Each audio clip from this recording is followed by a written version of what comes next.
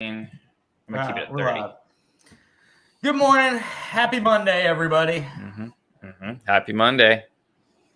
Let's do a quick mic check. Steve, I will add your stream to the screen. That's not what I wanted to do. And there's usually a lag. There you There go. we go. NASDAQ be running lately. I like it. Hope everybody had a good weekend. Nice Halloween. November 1st already. Man, that's almost crazy to think that we're almost in 2022. Yeah, this year flew by. Yeah. As they do. Yes, they do. So it was a nice weekend, man. It really was. Nice football weekend. Razorbacks didn't lose. They didn't play, but you know, sometimes the record can just improve that way. Maintaining. That's right, man. So, get a quick mic check. We'll give it just kind of one more minute, and then we'll just kind of really go ahead and dive deep. There's a lot of stuff moving this morning, even though the market seems reasonable to pull back, but that's an opinion, and you know what they say about opinions. So we'll just give about 30 more seconds, and then we'll get going.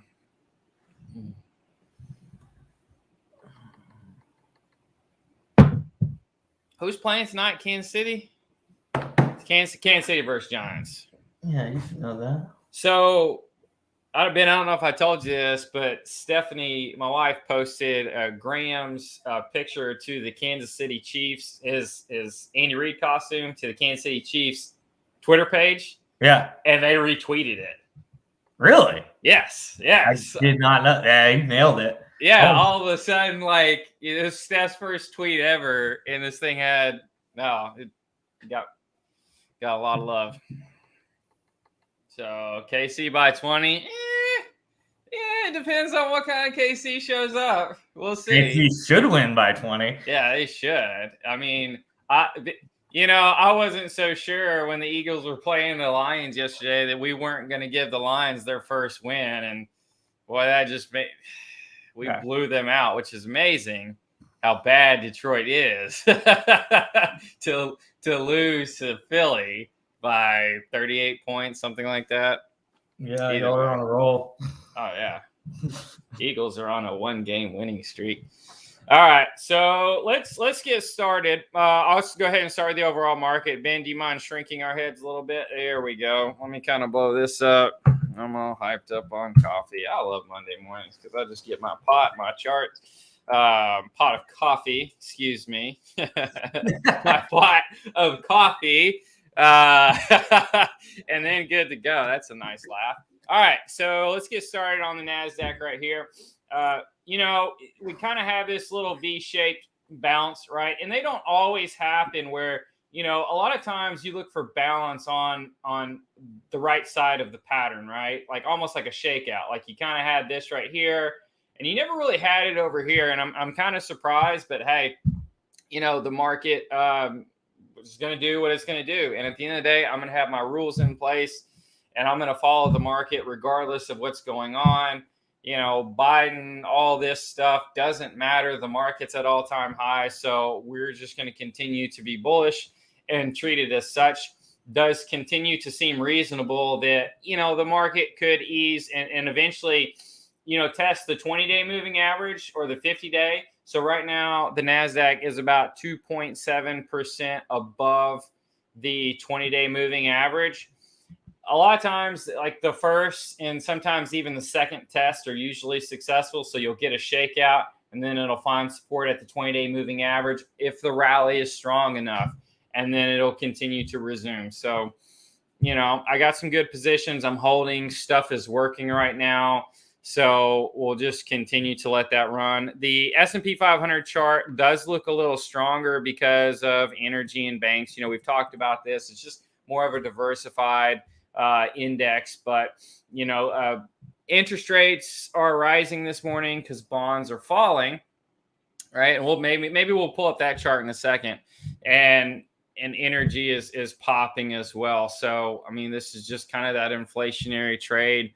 some commodities are popping. We're going to look at that. It just continues. And what's really interesting is we really haven't had a multi-year commodity run in quite some time. Like we've had some years where, commodities will really take off maybe a year and then kind of come back down to earth. And then stocks will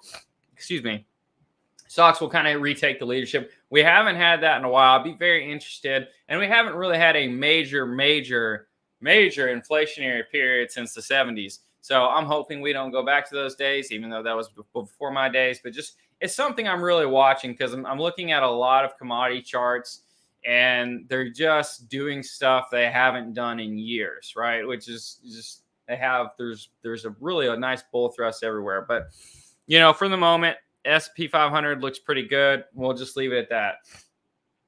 Now, I want to talk about a couple positions that I've been talking about lately. Riot, right? So I initially took a trade right here and booked partial profits. And I think it was last Monday, Ben, when I said, hey, it pulled back to the 20-day EMA. I'm just going to buy it and put a stop under Monday's low. And I did, and I got stopped out for a small gain, or for a small loss, excuse me. So the first one was a winner. Second one is a loser. They kind of balanced each other out. However, this to me, I'm not mad at all. This to me still looks bullish. Like you got a pop, right, in above average volume, and then the pullback in below average volume, right? Above average, below average. That's exactly what you want to see. So there could be some major accumulation within this, right? If it starts to move up, I'll consider another trade. But so far, this one was a wash. Another one that I did have to get rid of, and the reason why I show you these, I think it's very important. We can all sit there and talk about all our winners, and I've had plenty lately, but it's important, for you to see that, hey, when a trade for me doesn't work out, I just get out the way, right? No opinions, not getting upset about it, right? I let it hit my stop and then I move on. This Queb is looking really, really good this morning, but it shook me out, right? I bought in right here. I got stopped out right here. It was a small loss. But it's coming right back. So when you take a small loss, there are no rules that says you have to get angry and you can't buy it back, right? Because a lot of times when our stop gets hit, we want to say, hey, I hope this thing goes down forever. That's what you get, We've all said it if we've used stop losses, but the reality is if I still have a bullish opinion on it, I'm trying to change my mentality as I have over the years to be like, okay, if this comes right back, that was just a shakeout. I can get right back in. So I'm just keeping an eye on this right now. Not something I'm getting right back in at the moment. But if we look at, the ETF, you look at the top 10 here. Let me kind of refresh this. There's a lot of China in the top 10 this morning, right? These China small cap is really up a lot. Platinum, China, more China, right? So there's something there. We might, if I go back to this, we might just have to get out of this big bottoming pattern right here, right? So now you have resistance that was created, right, around the 55 level. So if it breaks through, that's probably your safer bet, right? Then it can go up probably to test the 200-day moving average. But now that it fell back in the trading range, I'm just going to watch it and wait and see, because there are things moving up. So we don't want to get stuck in sideways action. So kind of go back to Riot. So even though, even though this one, it moved back below the 20, excuse me, I have allergies. It's coming right. It could come right back. So the same thing with, if you look, and I always talk about like, hey, if that stock is looking right, what are the other stocks in that industry looking as well? Are they looking good? Because approximately, in the 40 to 50% range of a stock's overall movement is going to come from the industry that it's in. So you want that broad participation around. And even though Coinbase, it's reporting in 8 days, so I'm not going to get involved in this right now. I think that it's really created an ugly bottoming pattern, but it's out, right? I mean, it is. So, and you look at that, and then you look at the riot that has pulled back and below average volume after popping and above average volume. I think there's enough broad participation. And then, of course, what the cryptos are actually doing themselves for you to really pay attention to some of these. If you want to trade some of the individual stocks, there is no pattern right here, but I just wanted to show you really the broad participation. One thing, so I talked about, what I got rid of because I had to, but I also want to talk about what's actually worked really, really well. And there was a lot of clean energy this morning, and this TAN ETF, I've been talking about it, since it was right here. Said you could wait till it breaks above 94, or you could go ahead and get in a little earlier. We did get in a little earlier, and it's moving very nicely. Look at all this volume right here. I mean, this ETF was up a lot last week. A lot of the clean energy ETFs and stocks have quickly got extended, so I'm not recommending entering this right now, but I think it's if you haven't already, it's really time to start putting a lot of these industries as far as clean energy, solar, electric cars. I mean, look at Tesla. I mean, Tesla looks like it's going to the moon. So, but that was based on a report from Hertz. So it seems to me the whole industry is going risk back on after doing absolutely nothing and really been in the doghouse since February. And that's really a long consolidation. I mean, if you think about it, the overall market for the most part has looked like a 45-degree angle. At least the S&P 500 has looked like a 45-degree angle. Nice steady Freddy trend for most of the year. While this stuff has really looked pretty bad. And then you have the breakout. And I mean, even for it to get above these highs, I mean, it's still got 25% more to go. So I'm looking right now. I already own some, but I'm really looking. If it pulls back a little bit, I'm going to be looking across the board to really try to back up the truck a little bit and go aggressive on some of these clean energy ETFs and individual stocks that, I mean, when that train starts to move, you really want to hop on board, even if you've had some false starts, some false stops, whatever, right? I mean, we can see just from this ETF right here what it does when it can kind of go in that. And this is just an ETF. This ETF more than tripled, quadrupled actually. So, and if an ETF quadruples, some of the individual stocks can really do a lot more damage than that. So it's important that you pay attention and even follow a list of clean energy ETFs, right? To really pay attention. I mean, this PBW right here, this is not as good as solar. It's popped, it's extended, but if it starts to pull back, I'd really pay attention. This one doesn't look as good, but it did break out of a downtrend, but it's still below the 200-day moving average. So just stuff I'm looking at. So let's kind of go to the uranium trade, because this is something we've also talked about a lot. This one made a absolute parabolic move, and in case anyone is wondering like where my head is at when I look at some of this stuff, like I'm looking for fast moving stocks and ETFs, stuff that can hit my 8% target, has the potential in a day or two. Right? Because those are the ones you only need to catch a few of those a year, a couple, to really just, shatter previous return records. But so I see a move like this. I'm say, okay, I have a fast mover. How can I get in? And I got in, I think right here after it kind of created a little cup with handle. Right. And it popped. I sold half at 8% and I raised my stop to break even, and it stopped me out last week. So I got stopped out for a 4% gain. However, just like I said, that doesn't mean, because I mean, I'm not going to let it come all the way down here, come all the way down here. If you just make a little bit of money, fine. That's okay. I'm okay with that. Because if you trade enough of these aggressive industries and sectors, you're going to hit the big winner.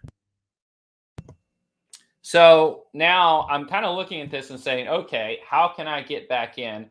I think ideally it would probably pull back into under 85. All right. So I'm looking at this kind of back in this range in the 80 to 85 range would be ideal because that's exactly where the 50-day moving average is. Okay. So it's kind of in that range. I'm not sure if it's going to get there, but I think I'm going to be patient on this one because it's a pretty volatile one. Now, if it pops, I might go ahead and get in. So I'm kind of just waiting and seeing. You kind of can play it like if it, today is up a lot, but that doesn't mean it's going to pop. If it pops, I might just get in with an 8% stop loss somewhere, down here and see if it gets out of here. Because right now I can draw a bullish cup with handle pattern, right? So then I'm waiting for that. But if it keeps going and I'm looking for a pullback to support, I might look in the 80 to 85 range.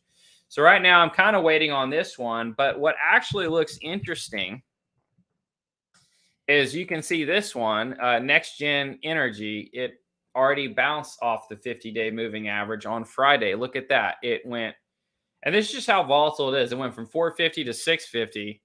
I know it's only $2 per share, but that's a pretty quick move. And then it pulled back, touched support, and now it's looking to bounce off it. So to me, this is a trade I might even consider today because I have to risk about 8%. That's about where you want to put the stop loss, about 525, to see if it'll bounce right out of here. So that's kind of a nice bounce off support. Again, this stuff like this and most of the stuff I talk about, they're incredibly aggressive. So don't buy anything if you're not willing to put a stop loss in, or if you're not willing to know exactly where you're getting out on the upside and the downside. Anytime before you place an order, you say, where am I getting out? And if you don't get in the habit of knowing that ahead of time, it's going to hurt you over time. All right. So just like anything, if I were to enter this and hit 8%, I'd sell half, I'd raise my stop to break even, and then I just let the rest run. You don't know which ones are going to pop and then roll over and you trigger out for a 4% gain. And you don't know which ones are just going to keep going. Okay. So this one actually looks pretty good because a lot of stocks I'm finding right now across the board are actually extended because the market's been rallying for about 3 weeks. Then all of a sudden, 2 weeks ago, clean energy started popping. So we kind of need to wait for a small retracement. So I'm really telling everybody, I'm showing you some ideas, but I think it's really important to get as close to support as possible. And right now there's not a lot of stuff. There's not a ton of stuff that is close to support. But this one is pretty close to support. Another one that actually I found over the weekend that looks really good.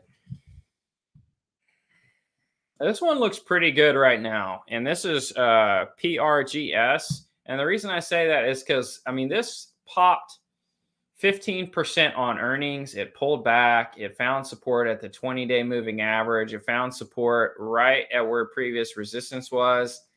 It kind of got an ugly cup with handle pattern, right? Most people wouldn't call that, but either way, it's breaking above this last week's high right here. So it pulled back, and now it's trying to kind of break out. So this one, in my opinion, looks good with a stop under the 20-day moving average. This one looks ready to try to take out this 53.86 high. So I really like progress. Just looks like a good chart. Right now, it's kind of anytime you're during earnings seasons, you have to know where your stocks are reporting. If they're reporting within 2 weeks, I usually don't get involved. I try to start to find stocks that have already reported, or at least I have a little bit of wiggle room, 2-3 weeks out before I have to make a decision. So this one looks pretty good. And I'll say another very aggressive name that I believe I found, FC, fuel cell, EL. Very, very fast, aggressive mover here. Man, I should have bought this on Friday, but so I might have to wait or have an incredibly wide stop, which means I'd probably have to take a smaller position to make up for the wide stop because I don't want to take above average risk, but look at this, right? This looks crazy. Went from 2 to 29, Don't expect that again. But it really has kind of came back down to earth. But it had an earnings report on 9/14. That was positive. The market liked it. The market didn't like the previous one, but it's still within the consolidation. But I could say right here, it popped above the 50-day moving average, kind of came back and fell a little bit under it, but came right back up, pulled back, and it's trying to kind of zigzag its way higher.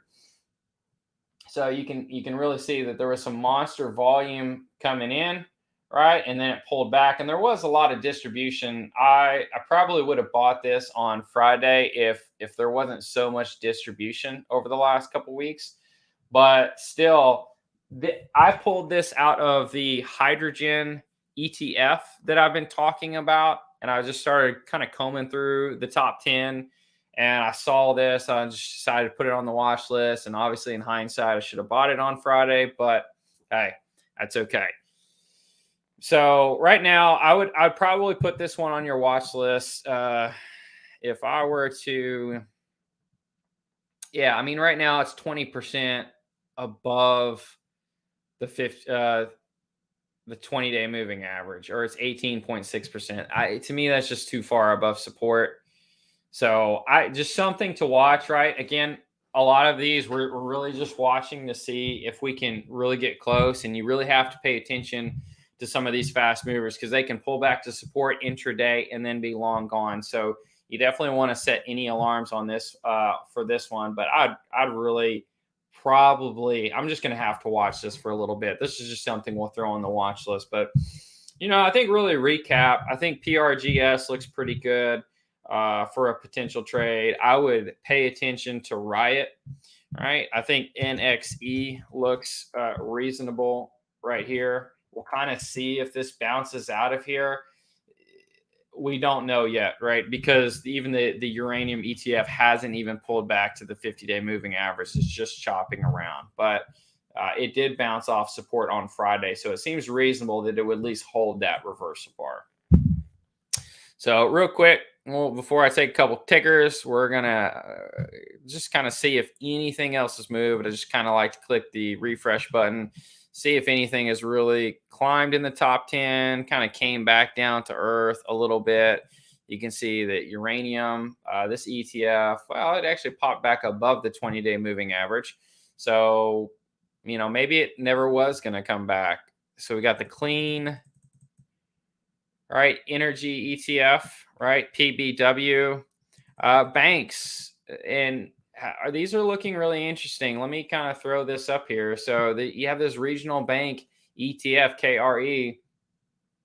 It's been consolidating since the beginning of March, hasn't gone anywhere, broke to all-time highs maybe last Monday, pulled back. I mean, if this heads out of here, this is inversely correlated to interest rates. So, positively correlated interest rates. So bonds, if interest rates rise, bond prices will fall. But if interest rates rise, banks rise, right? Because they have better profit margins. So you can really look at bonds, or you can look at interest rates to see, the correlation or if this is going to move. But I just keep an eye on it because even though the ETF has underperformed, banks are looking pretty ready to move, in my opinion. So for another leg up. So that's all I have. Let me see. You like ETFs over stocks?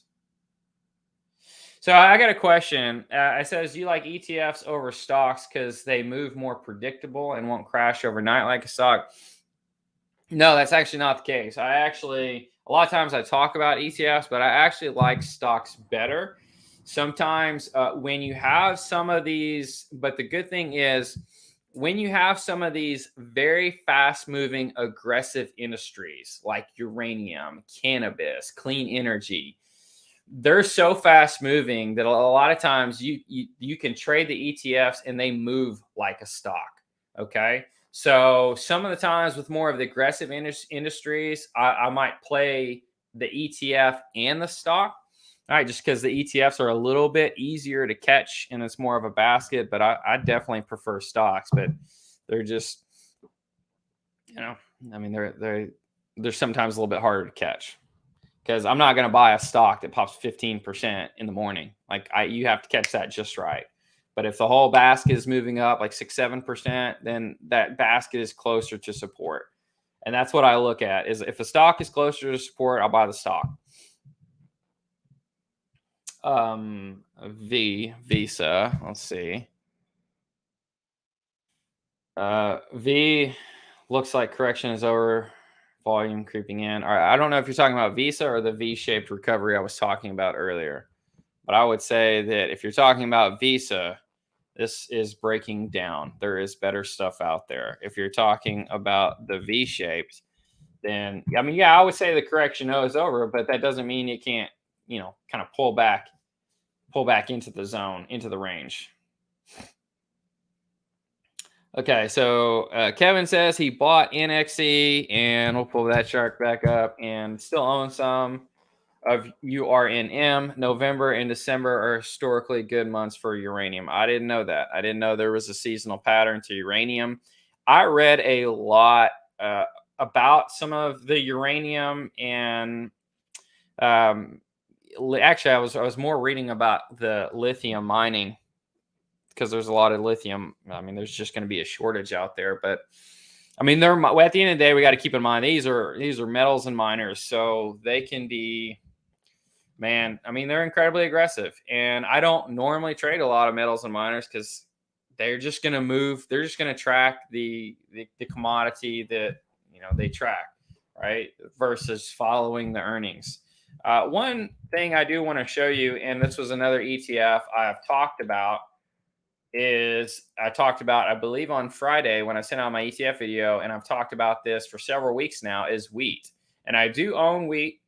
Thank goodness, because this was really frustrating me that it just keeps looking bullish, and then it just kind of keeps falling in a consolidation. And it built a really, really nice cup with handle pattern, broke out last week, and it's just is moving this morning.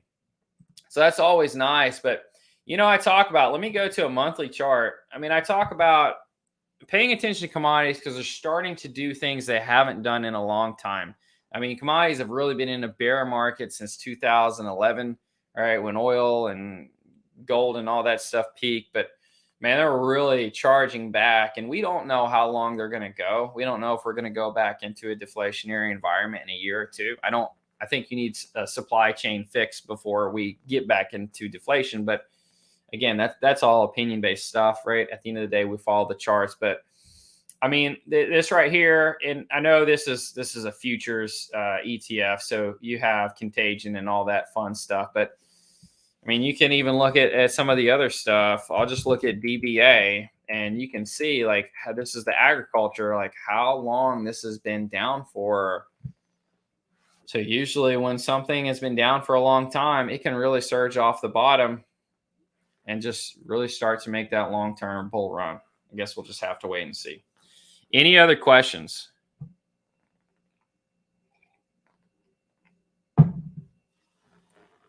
Any other tickers?